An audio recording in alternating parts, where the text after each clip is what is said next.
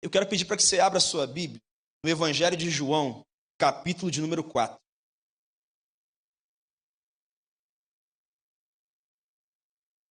Evangelho de João, capítulo de número 4.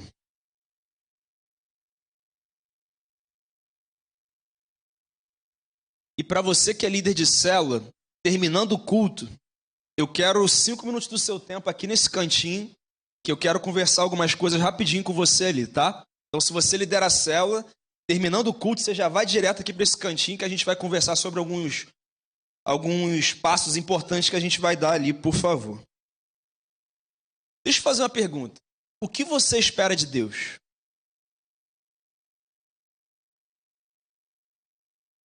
O que todos os seus dias você tem como anseio no teu coração? Em que você espera que Deus contemple esse anseio, esse desejo em algum momento da sua semana, do seu mês e do seu ano? Será que o que você espera de Deus é uma bênção? Será que o que você espera de Deus é uma intervenção em alguma questão da sua vida? Será que o que você espera de Deus é um milagre? É uma direção para que você possa tomar uma decisão tão importante que você precisa tomar nessa semana? Será que o que você espera de Deus é uma oportunidade profissional? É um relacionamento, um namoro, um casamento? É uma ideia, uma estratégia para que você possa sair do lugar que você está hoje para uma nova realidade na sua vida? O que você espera de Deus? Por que todos os domingos você vem a esse lugar? Por que em alguns momentos da semana você se coloca em oração? O que você espera de Deus?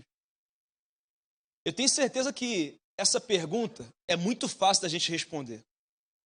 E que todos aqui, se não a maioria, já tinham na ponta da língua a resposta sobre o que esperam de Deus.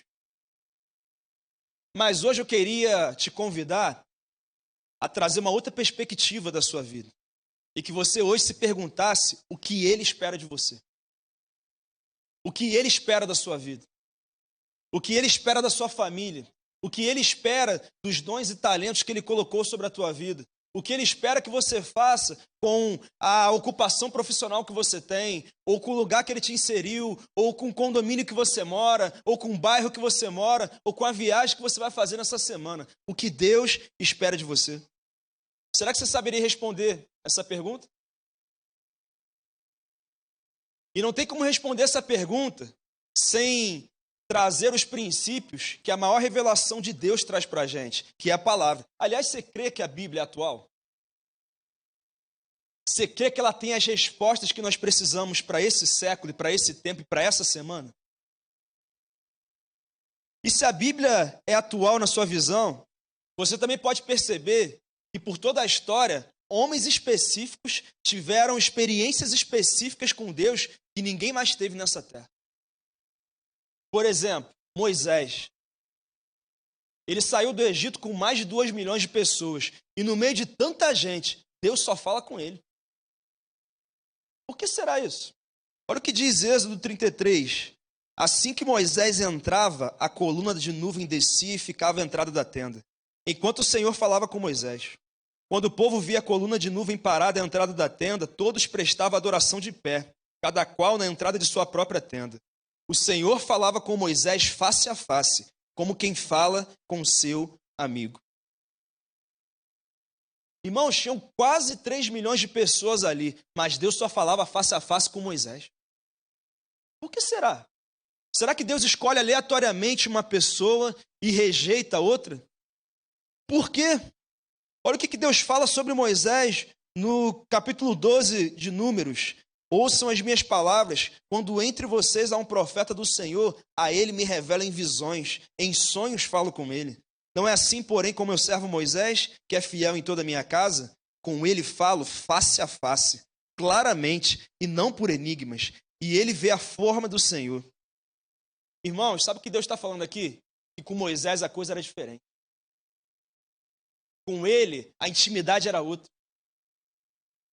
Nós vamos avançando, nós lembramos de Davi, o homem que é visto como alguém segundo o coração de Deus.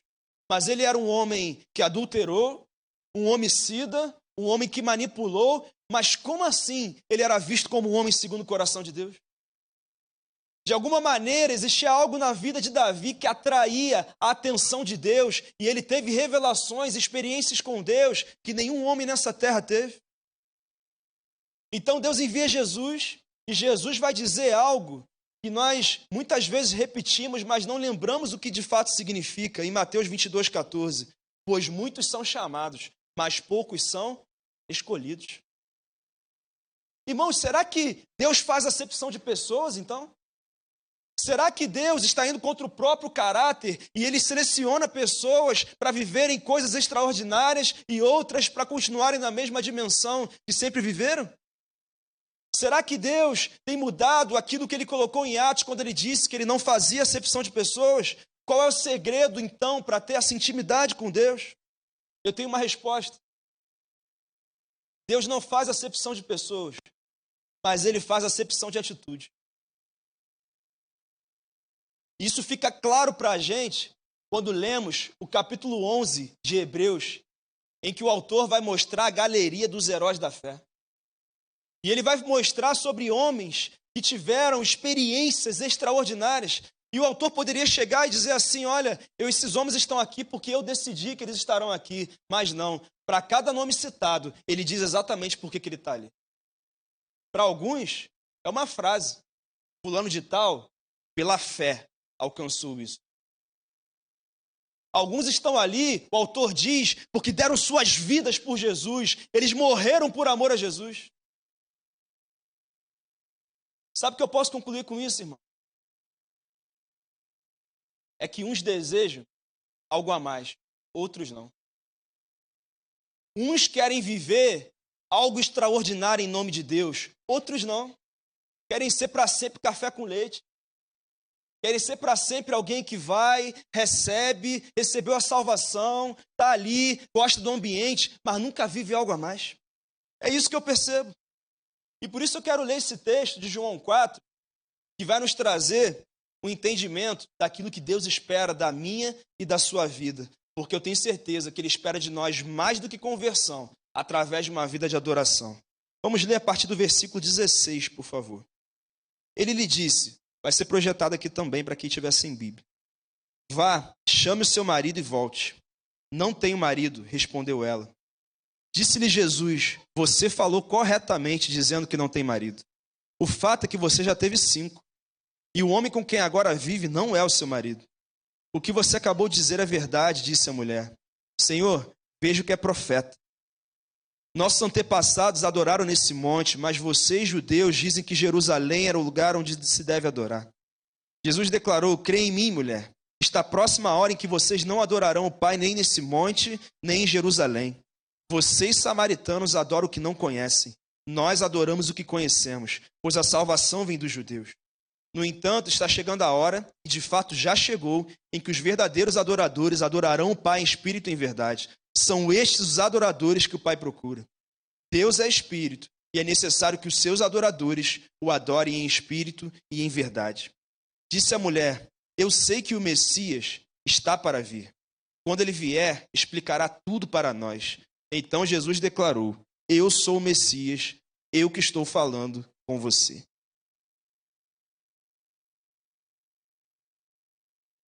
Meus irmãos, esse texto tem um contexto muito conhecido. Jesus estava a caminho da Galileia, mas ele decide percorrer um caminho que ele não precisava percorrer, passando por Samaria, um território hostil, que era povoado, obviamente, pelo povo samaritano. O povo samaritano era uma mistura do judeu com povos que invadiram a Palestina, e por isso o judeu rejeitava aquele povo, reconhecia que aquele povo não era parte de sua raiz genealógica abençoada. E Jesus, como diz o texto, entendeu que era necessário que ele passasse por aquele lugar, porque havia uma missão a cumprir naquele lugar. Jesus está num poço, uma mulher chega naquele poço, procurando algo que todo mundo procura, felicidade, alegria, realização. Ela só estava procurando no lugar errado. Ela só não sabia que Jesus já estava esperando ela naquele lugar. Assim como você talvez tenha vindo aqui procurar água, procurar uma resposta, uma direção, um milagre, e você não sabia, mas Jesus já estava te esperando aqui para dar a você aquilo que você precisa. E eles começam com um diálogo que começa meio superficial e vai se aprofundando. E aquela mulher, mesmo sendo alguém desajustada em família, mesmo sendo alguém discriminada pela sociedade, mesmo sendo uma mulher que eu vou mostrar para você, extremamente religiosa, ela consegue ter uma relação e uma experiência com Jesus que muitos que caminhavam ao lado dele não tiveram. Eu sei que talvez você já tenha escutado esse texto em muitos momentos da sua vida, mas eu quero trazer uma abordagem diferente, porque muitos abordam as atitudes dessa mulher de uma maneira negativa, como eu já fiz muitas vezes também. Mas hoje eu quero trazer uma abordagem positiva, porque aquela mulher entendeu o que Deus esperava para a vida dela, e por isso ela teve a sua história mudada. Ela pensava que tinha ido buscar água, mas ela saiu de lá entendendo o que Deus esperava da vida dela, e ela teve a sua história mudada. Então, baseado nesse texto, o que Deus espera de você? Você está aí, querido? Em primeiro lugar, Ele espera que reconheçamos verdadeiramente como anda a nossa espiritualidade. Versículos 16 a 18 vão dizer assim: Vá, chame o seu marido e volte. Não tenho marido, respondeu ela. Disse-lhe Jesus: Você falou corretamente dizendo que não tem marido. O fato é que você já teve 5. E o homem com quem agora vive não é seu marido. O que você acabou de dizer é verdade. Irmãos, a primeira coisa que nós aprendemos aqui é que só entenderemos o que Deus espera da nossa vida quando nós entendermos de fato como anda a nossa espiritualidade. Que a bênção de Deus, que o milagre de Deus e a resposta que nós esperamos dele precisa passar por um caminho obrigatório aonde eu vou reconhecer de fato como está minha vida com Deus.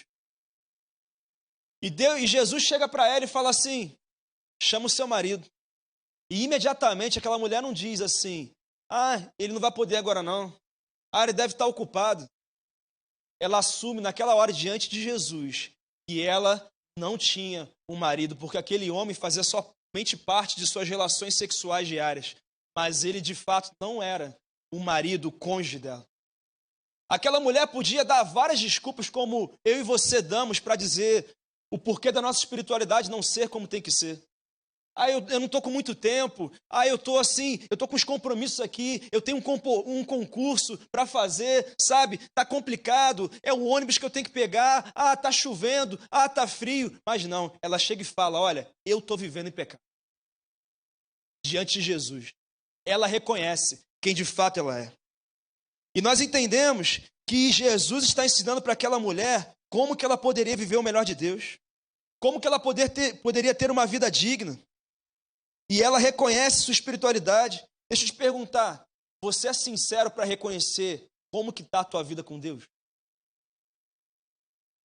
Você é sincero, honesto em reconhecer como que está a tua espiritualidade hoje? Aquela mulher tinha uma percepção clara do quão distante ela estava de Deus. E algumas pessoas têm. Mas a verdade é que muitos não têm uma percepção clara de como está a sua vida com Deus. Muitos estão dentro da igreja achando que são o que não são, que vivem o que não vivem e que fazem o que na verdade não fazem. Muitos também estão fora da igreja achando que a vida é o que parece ser, de acordo com o que a mídia coloca, que a sociedade coloca, achando que no final vai dar tudo certo. Mas sabe qual é a verdade, irmãos? No final não vai dar tudo certo enquanto a gente não reconhecer quem nós somos diante de Deus, para que Ele possa nos direcionar para o centro da vontade dele. Mas sabe por que isso acontece? Porque nós temos o costume de comparar a nossa espiritualidade com pessoas que estão num momento espiritual pior do que o nosso. A gente avalia a nossa espiritualidade baseado no outro. E sabe qual é a verdade? Não é difícil você achar alguém menos espiritual e mais carnal do que você. Não é difícil você achar alguém menos envolvido e comprometido com o reino de Deus do que você. Na verdade, é muito simples, irmão. Só que o problema é que nós perdemos o nosso padrão. O nosso padrão deveriam ser as escrituras, mas hoje nós colocamos como padrão a vida do outro. E se eu estou melhor que o outro, então eu estou bem. E se o meu casamento está melhor do que o outro, então o meu casamento está bem. Se eu venho mais na igreja do que o outro, então eu estou melhor do que o outro. Só que, irmãos, o nosso padrão não é o outro. O nosso padrão é o que a palavra de Deus coloca como padrão. Só que o problema é que às vezes a gente nem lê a palavra. E como é que a gente vai se aproximar de um padrão que a gente nem conhece? E nós temos que rever a nossa espiritualidade. Um pregador uma vez disse: sabe por que não largamos o pecado? Porque não o odiamos tanto assim. A gente não tem vergonha. A gente se acostuma com o pecado. A gente se acostuma com essa vida mais ou menos limitada, que não é uma vida extraordinária como a vida que Deus tem para a gente. E a gente vai caminhando, e o tempo vai passando, e a gente vai aceitando que é isso mesmo. Quantos que não são casados, que nessa semana tiveram vida sexual ativa, mas estão aí, na igreja, está tudo certo. Quantos que me ouvem toda semana, mas também passam a semana mergulhados em pornografia? Quantos que nessa semana falaram mal de um irmão seu na igreja? Quantos que têm feito o inferno na vida de um líder? Porque não reconhecem a sua espiritualidade e vão caminhando, achando que no final vai dar tudo certo. Irmão, no final só vai dar certo se nós estivermos vivendo a vontade de Deus. Quantos aí que estão de conversinha com a menininha mais nova, bonitinha? Ah, vou ver no que vai dar. Eu sei no que vai dar, porque você está brincando com fogo. E a gente vai se acostumando com isso. Quantos já não leem a Bíblia há semanas ou talvez meses? Já não fechem a porta para realmente passar um tempo com Deus? Porque sua espiritualidade se resume a orar antes de comer. A gente não odeia tanto o pecado quanto deveríamos. Uma vez John Wesley disse: dai-me 100 homens que nada temam senão o pecado, e que nada desejam senão a Deus, e eu mudarei o mundo. Só que a gente trata o pecado com carinho, com um pecado de estimação que a gente carrega por muitos meses e anos da nossa vida. Se a gente odiasse o pecado como a gente deveria, a gente já teria tomado posse há muito tempo de que quando Cristo morreu, nós fomos libertos da escravidão do pecado. E que Ele não pode mais nos dominar. E que nós podemos andar em vitória. E que nós podemos vencer desafios da nossa vida, que todo mundo tem. Irmão, eu não estou falando de você ter errado nessa semana, não. Não é isso que eu estou dizendo. Eu estou falando de iniquidade, irmão. Eu estou falando de continuar no pecado, permanecer no pecado, de ver a tua espiritualidade indo embora, ver a tua alegria indo embora, perceber que você não consegue mais perceber a manifestação da presença de Deus na sua vida, no momento que você tem com Ele, e você não se incomodar com isso. Alguns dizem assim: ah, pastor, mas o mundo mudou, e a igreja tem que se adaptar. Irmão, o mundo mudou, em alguns conceitos sim, mas a Bíblia continua valendo tudo para a nossa vida. Ah, pastor, a gente tem que... Não, irmão.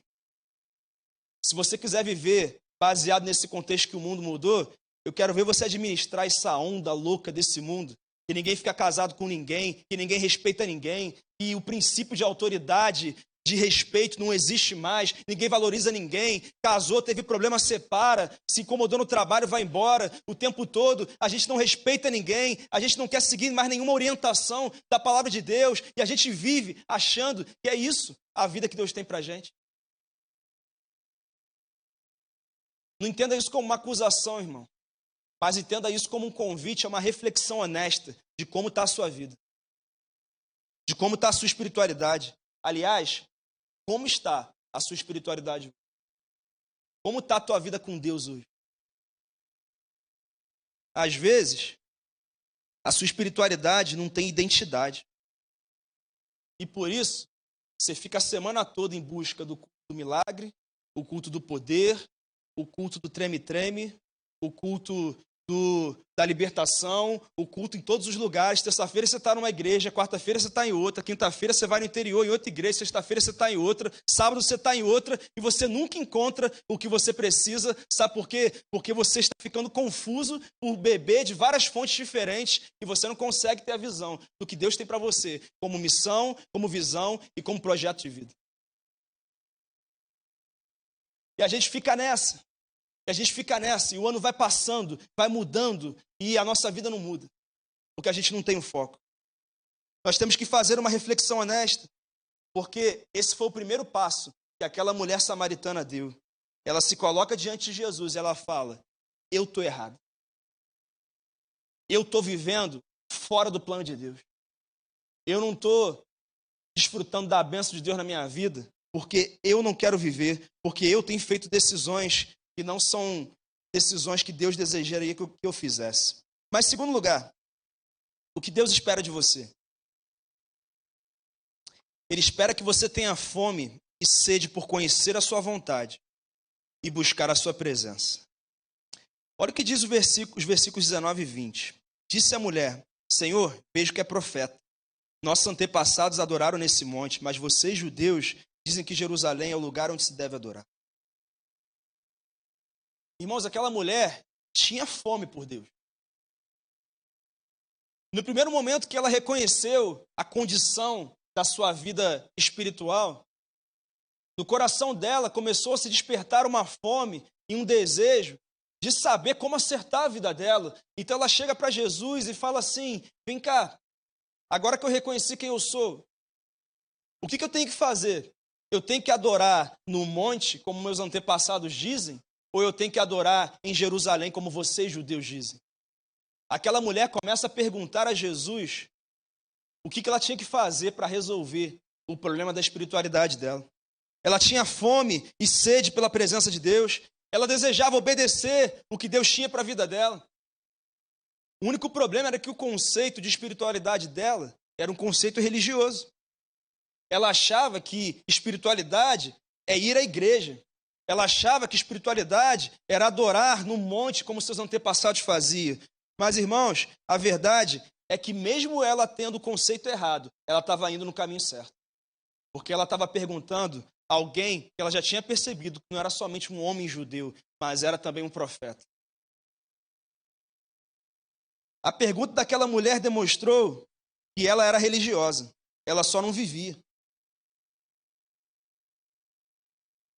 Apesar dela ser uma mulher religiosa, que conhecia a história, que tinha uma família religiosa, ela não vivia a bênção de Deus. Pastor, como é que você sabe disso?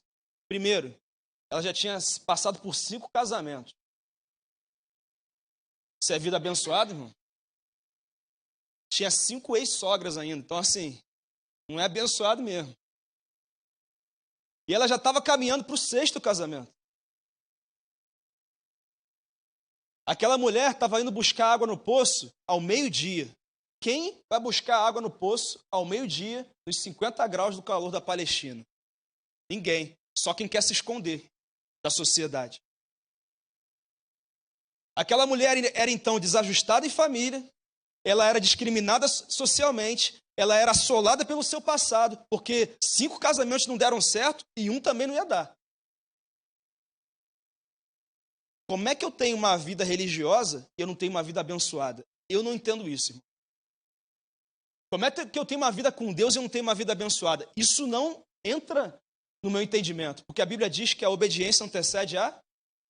E quando eu priorizo o reino de Deus, eu coloco ele em primeiro lugar, o que acontece? As demais coisas são... E como é que nada na vida dela estava fluindo na direção que precisava?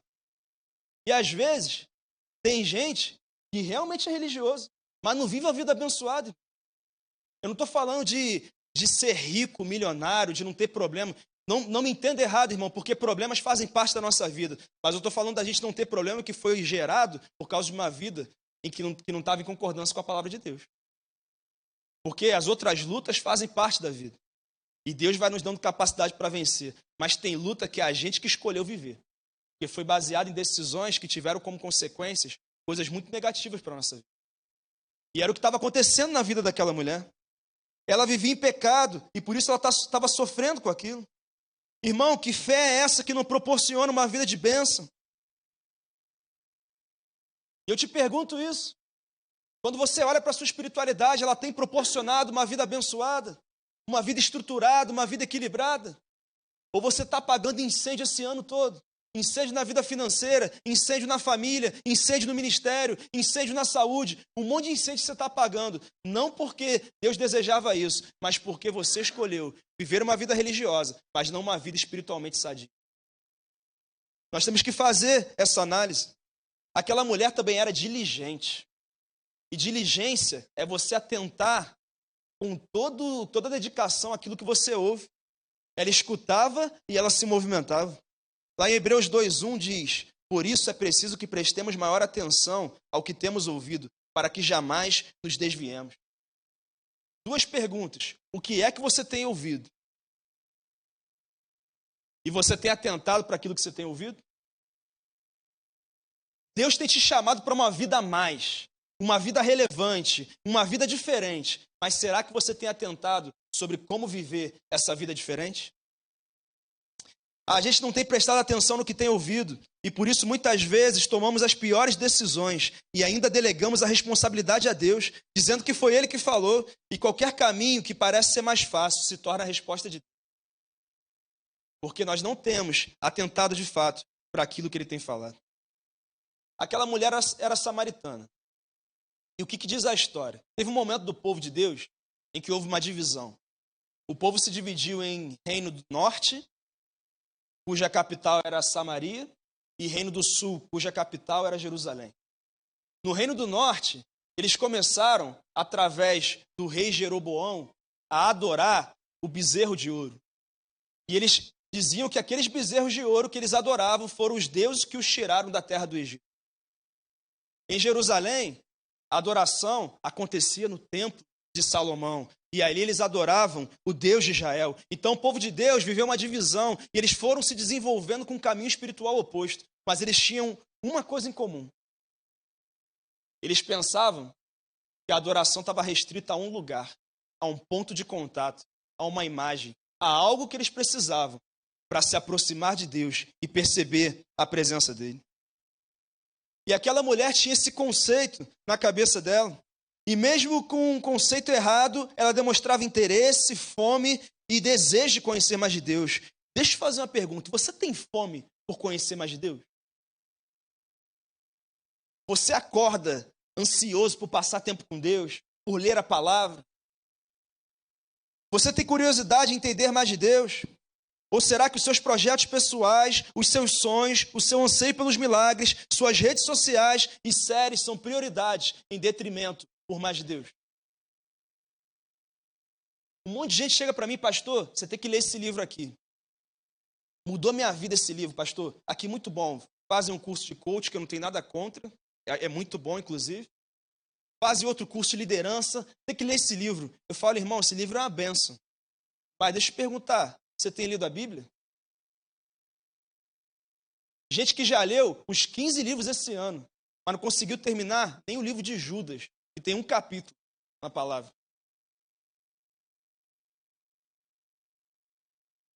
Ah, pastor, são princípios e conceitos muito importantes. Irmão, eu tenho certeza que esses princípios são maravilhosos. Eu não sei se você sabe, mas grande parte deles foram tirados de onde? Da palavra. Só que a gente tem uma sede pela literatura humana, mas não tem fome pelas revelações de Deus para o homem. Pastor, você é contra a literatura? Não, irmão, eu leio muitos livros. Pode ter certeza disso, tenho o maior prazer. Mas esse livro aqui é prioridade, é ele que dita como minha vida tem que andar. E tem muito crente que a vida está sendo ditada por livros seculares, ao invés de trazer os princípios da palavra de Deus para a sua vida. E nós temos que rever isso. O tempo todo nós temos que olhar para isso. Será que você é ativo para empreender, ativo para trabalhar, ativo para fazer curso, graduação, mas quando o assunto é buscar a Deus, cuidar de pessoas, investir tempo e energia no reino, a tua fome é pequena? Tem uns irmãos e umas irmãs aqui na igreja que têm a fome desesperada. E pergunta o tempo todo. Meu WhatsApp fica cheio de pergunta teológica, de pergunta, pastor, por que isso, por que aquilo? Como é que eu faço isso, como é que eu faço aquilo? Gente, que coisa linda. Gente que está envolvida em tudo, está na vigília, está na célula, está no culto de mulheres, está o tempo todo envolvido. Ah, pastor, mas é o primeiro amor. Um dia eu já fui assim também, pastor. Por que não é mais? O que roubou o teu amor e a tua paixão pela presença de Deus? Às vezes tem gente que tem mais tempo de igreja do que eu tenho de vida. Mas é impressionante como a fome permanece a mesma. Gente que se envolve tudo. Gente que tem 50 e poucos anos, 60 anos, que tem mais vitalidade que muito jovem, que está cansado. Que não pode se disponibilizar para um evangelismo, não pode se disponibilizar para uma célula. E isso me preocupa, irmão. Não tem essa coisa de primeiro amor, não. Nós temos que permanecer apaixonados. Nós temos que continuar questionando a Deus sobre o que mais podemos fazer por Ele. Precisamos continuar apaixonados por pessoas, pelo reino, por batalhar, por batizar pessoas, pastorear pessoas. Quando eu estou falando para você orar e ler Bíblia todo dia, não é porque eu quero que você cumpra ritual, não, irmão. Se for para isso, nem faz, por favor. Eu quero que você comece a orar, Deus comece a se manifestar na tua casa, no teu coração. E você começa a sentir o Espírito Santo movendo a tua mente, o teu coração. E você começa a receber direções dele, impressões dele. Você abre a palavra e parece que ele está falando com você naquela hora. E você sai dali empoderado. Você entra no elevador e só de olhar para uma pessoa, aquela pessoa é tocada por Deus. Eu estou falando da gente parar de viver atrás de tanta coisa que a gente corre aí e viver atrás da presença de Deus. Buscando ela, se entregando para ela.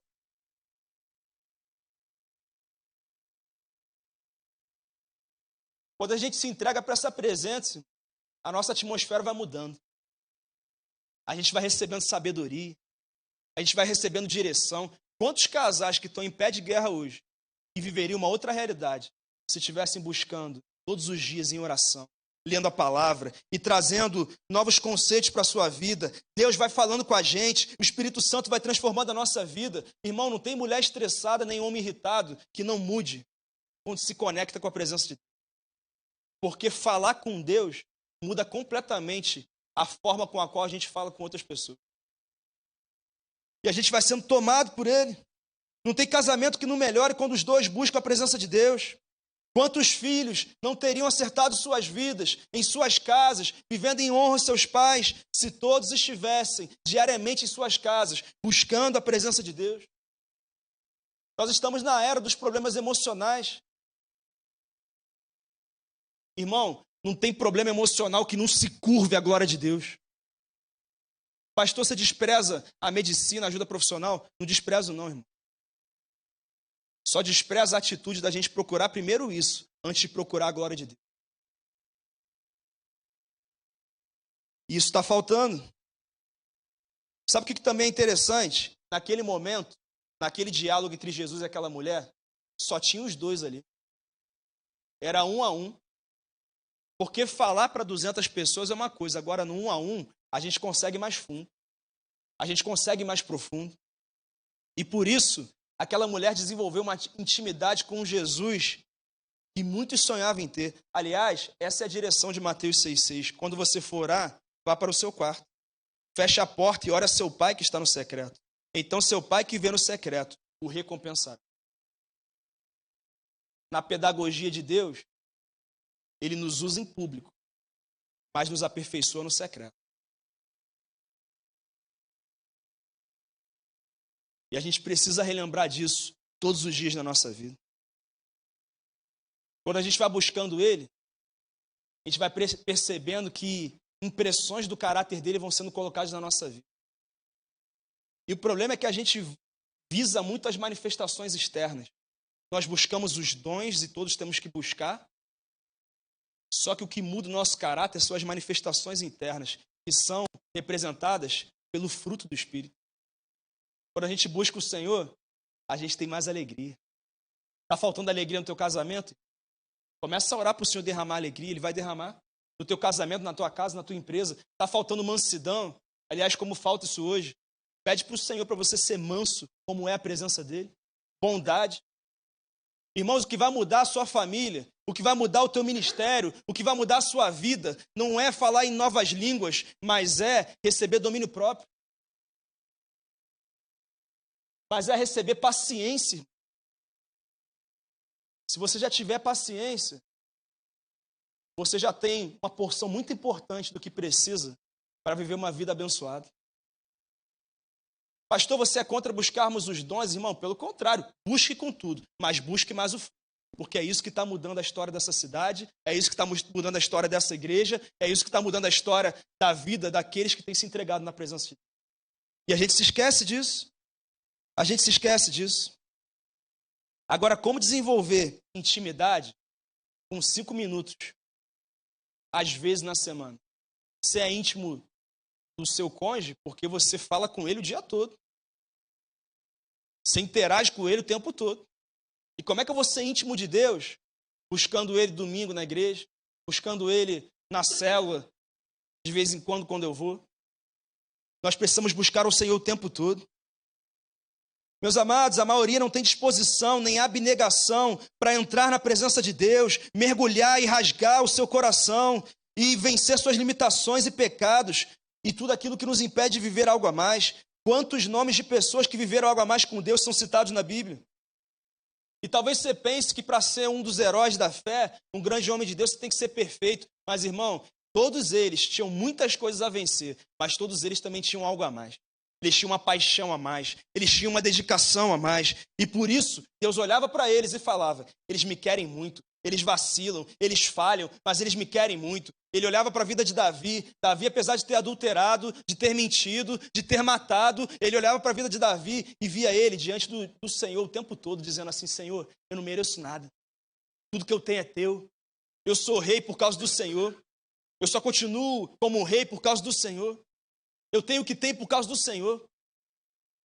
Está faltando, irmãos, a gente reconhecer o quanto que a gente tem falhado com o Senhor todos os dias, e chegar na presença dele e dizer, Senhor, obrigado por esse dia, porque se fosse por merecimento, eu não merecia nem acordar hoje. Porque a minha vida ainda está muito aquém daquilo que o Senhor espera dela.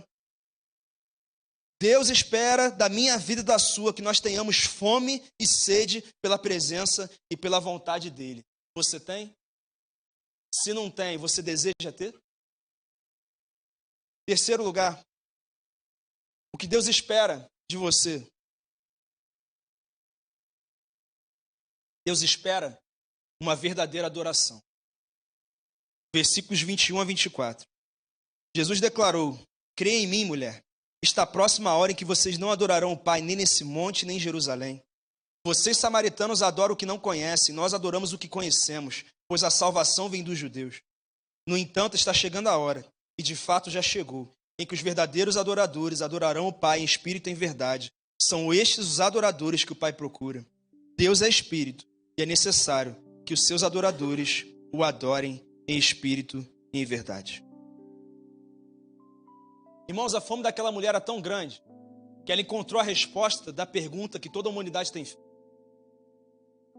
O que eu faço para atrair a presença de Deus, a bênção de Deus, a graça de Deus sobre a minha vida? Deus responde para ela. Adoração é o que eu procuro. E o escritor de Hebreus, ele vai falar sobre o templo de Jerusalém. Jesus não tinha vindo ainda. E lá naquele templo existia o átrio, que era o lugar do sacrifício. Existia o lugar santo, que era o lugar onde as ordenanças sacerdotais eram desenvolvidas. E tinha um terceiro lugar chamado Santíssimo, o Santo dos Santos, aonde uma vez por ano o sacerdote entrava ali para levar o nome do povo, o pecado do povo. Irmão, mas era uma pressão emocional, espiritual muito forte, porque se aquele homem, aquele sacerdote entrasse ali com algum pecado na vida, com algum ato fora do plano de Deus, ao entrar, ele era morto. Só que Deus envia Jesus. Jesus morre na cruz. E na hora que Jesus morre na cruz, vieram trevas sobre a terra. E aí o povo começou a se desesperar e correram para onde? Para o templo. Porque quando a coisa aperta, eles correm para onde? Para a igreja. E quando eles chegam lá, tentando entender o que estava acontecendo, eles percebem que o véu está sendo rasgado de alto a baixo. Uma ação dos céus sobre a terra que determinava que agora o homem não precisa de um sacerdote, não precisa de uma igreja, não precisa de um amuleto, ele não precisa de nada para chegar a Deus, ele só precisa de uma pessoa, Jesus, e hoje nós temos livre acesso a ele por causa do que aconteceu naquele. Só que lá em 2 Coríntios, Paulo vai dizer que apesar do véu do templo ter sido rasgado, nós colocamos o véu no coração. Somos nós agora que nos separamos da presença de Deus. Somos nós agora que não reconhecemos esse livre acesso. Nós colocamos uma barreira, porque hoje o povo de Deus sabe teologicamente o que significa adoração. Hoje o povo de Deus sabe a etimologia da palavra adoração. O povo de Deus só não sabe o que é ser um adorador. Porque parece que aquela porta é um portal. Ele entra e ele se transforma num adorador. Ele sai e ele volta para a mesma vida. E Jesus chega para aquela mulher e fala assim: olha, você não tem que adorar no monte, como seus antepassados faziam, e nem em Jerusalém, como nós judeus fazemos. Eu quero que você me adore em espírito e em verdade. Jesus estava dizendo. Ele estava mudando o conceito de adoração, adorar em espírito. Eu não preciso de um ponto de contato para manifestar minha adoração. Eu não preciso de uma igreja, eu não preciso de um amuleto, uma imagem, uma pulseira, um cristal. Eu adoro porque eu creio que Deus está ali, porque eu creio que a presença dele se manifesta quando eu adoro. Eu adoro por isso. Eu adoro através da verdade, como ele diz também. O que é a verdade? A verdade é eu adorar de maneira racional. Eu adorar sabendo e como Jesus disse, somente Ele é o caminho, a verdade e a vida. E a adoração de verdade só acontece através de Jesus, não através dos meus rituais. E Jesus vai mudando aquele conceito, Jesus muda aquele conceito, e Ele diz: olha, eu não quero que você adore no monte, nem em Jerusalém, eu quero que você se torne uma adoradora em espírito e verdade, porque a adoração não está restrita a um lugar, a adoração é uma condição. Eu não vou a um lugar para adorar, eu vou num lugar porque eu sou um adorador. E ele começa a mostrar aquilo para aquela mulher. E ele também mostra isso para essa igreja nessa manhã. Nós manifestamos a nossa adoração, irmãos, quando na nossa ocupação profissional nós somos excelentes no que fazemos. Tratamos as pessoas com respeito, com carinho. Quando a gente trata o nosso cônjuge, não da maneira que ele merece, mas da maneira que nós devemos tratar. Porque se for pela maneira que merece, às vezes, fica complicado. Nós manifestamos adoração quando a gente ouve um monte de coisa que não gosta e que incomoda, mas a gente permanece dizendo as mesmas coisas. É isso que Jesus estava mostrando para ela. Ele está dizendo: olha, você não está entendendo, tem muita gente que está na igreja, gosta do ambiente, do culto, mas quando essa atmosfera acaba, volta para a mesma vida. Porque ainda está preso num conceito de que eu vou num lugar para adorar. Porque talvez não tenha tido de fato uma experiência real com a presença do Espírito Santo, que vai mudando a mente, vai mudando o coração, vai mudando os nossos anseios. Irmãos, o que essa palavra quer dizer para você é que o culto não começa às 10 horas da manhã, irmãos, o culto nunca acaba. Nós estamos sempre em culto. O tempo todo nós podemos prestar adoração a Deus, ou adoração a outras coisas que não sejam Deus. E esse texto vai dizer que médicos podem procurar a Deus, enfermeiros podem procurar a Deus, professores podem procurar a Deus, profissionais liberais podem procurar a Deus, pessoas que trabalham no governo podem procurar a Deus, mas só existe um perfil de pessoas que Deus procura, e são os adoradores que o adoram em espírito e em verdade. E eu espero que Ele tenha encontrado adoradores assim aqui nessa manhã. Se tem uma coisa que o verdadeiro adorador tem como característica, é que ele se importa mais com o reino do que com sua própria vida. Em 1 ano e meio, somando as vidas que vão ser batizadas dia 4 de agosto, nós vamos ter batizado por volta de 90 pessoas. A minha pergunta é: quantas dessas pessoas foi você que trouxe? Você olha para o lado, você vê alguém que está aqui porque Deus te usou como canal para trazer para cá? Qual dessas pessoas o teu líder de célula pode contar com você para cuidar delas, para discipular elas, para ajudar elas? Ou será que você não tem tempo para isso? São 90 pessoas que, se permaneceram firmes, hoje são homens melhores, mulheres melhores, profissionais melhores, pessoas com famílias mais estruturadas, casamentos melhores. Tudo porque alguém se disponibilizou. Aliás, irmãos, nós temos 2 semanas para batalhar por pessoas se batizando. Eu quero saber se o Senhor pode contar com você para ser alguém, para alcançar alguém, para discipular alguém, para pastorear alguém, para que dia 4 de agosto você esteja naquela piscina batizando ela. Será que Ele pode contar com você? Será que pode? Porque o que Deus espera da gente é uma vida que entenda que a nossa vida é até legal, mas a vida que Deus tem pra gente é o principal que nós precisamos viver. Irmãos, aquela mulher queria Deus, ela só não sabia como encontrá-lo. Eu não sei se você percebe. Ela chega para Jesus e vê ele como um homem judeu. Depois ela começa a vê-lo como profeta. Mas chega um momento que ela percebe que aquele homem é o principal canal de Deus para a vida dela. Quem você consulta para desenvolver a sua espiritualidade? Será que você consulta os vídeos do YouTube?